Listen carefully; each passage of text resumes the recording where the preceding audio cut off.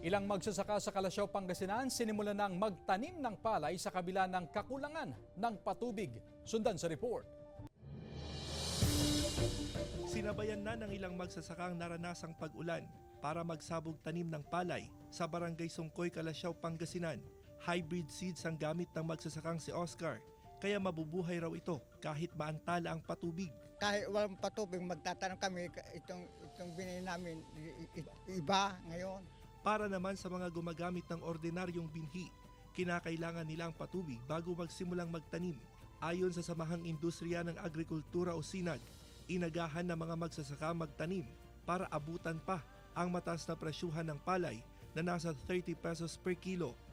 Mas malalawak na taniman ang inaasahang matatamnan ngayong first cropping season sa kabila ng nararanasang El Nino.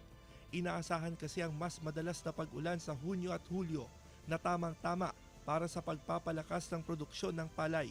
Mostly nag-detect ng risk yung mga iba, magtanim. Kaya maraming interesado magtanim itong taon na ito dahil kumikita yung mga farmers. So we expect na mas malawak yung tatamnan nitong cropping season. May sapat pa naman daw na supply ng bigas sa ngayon at wala pang namomonitor na pagtaas ng presyo. Kasama si Daryl Peralta, Russell Simorio, One North Central Luzon.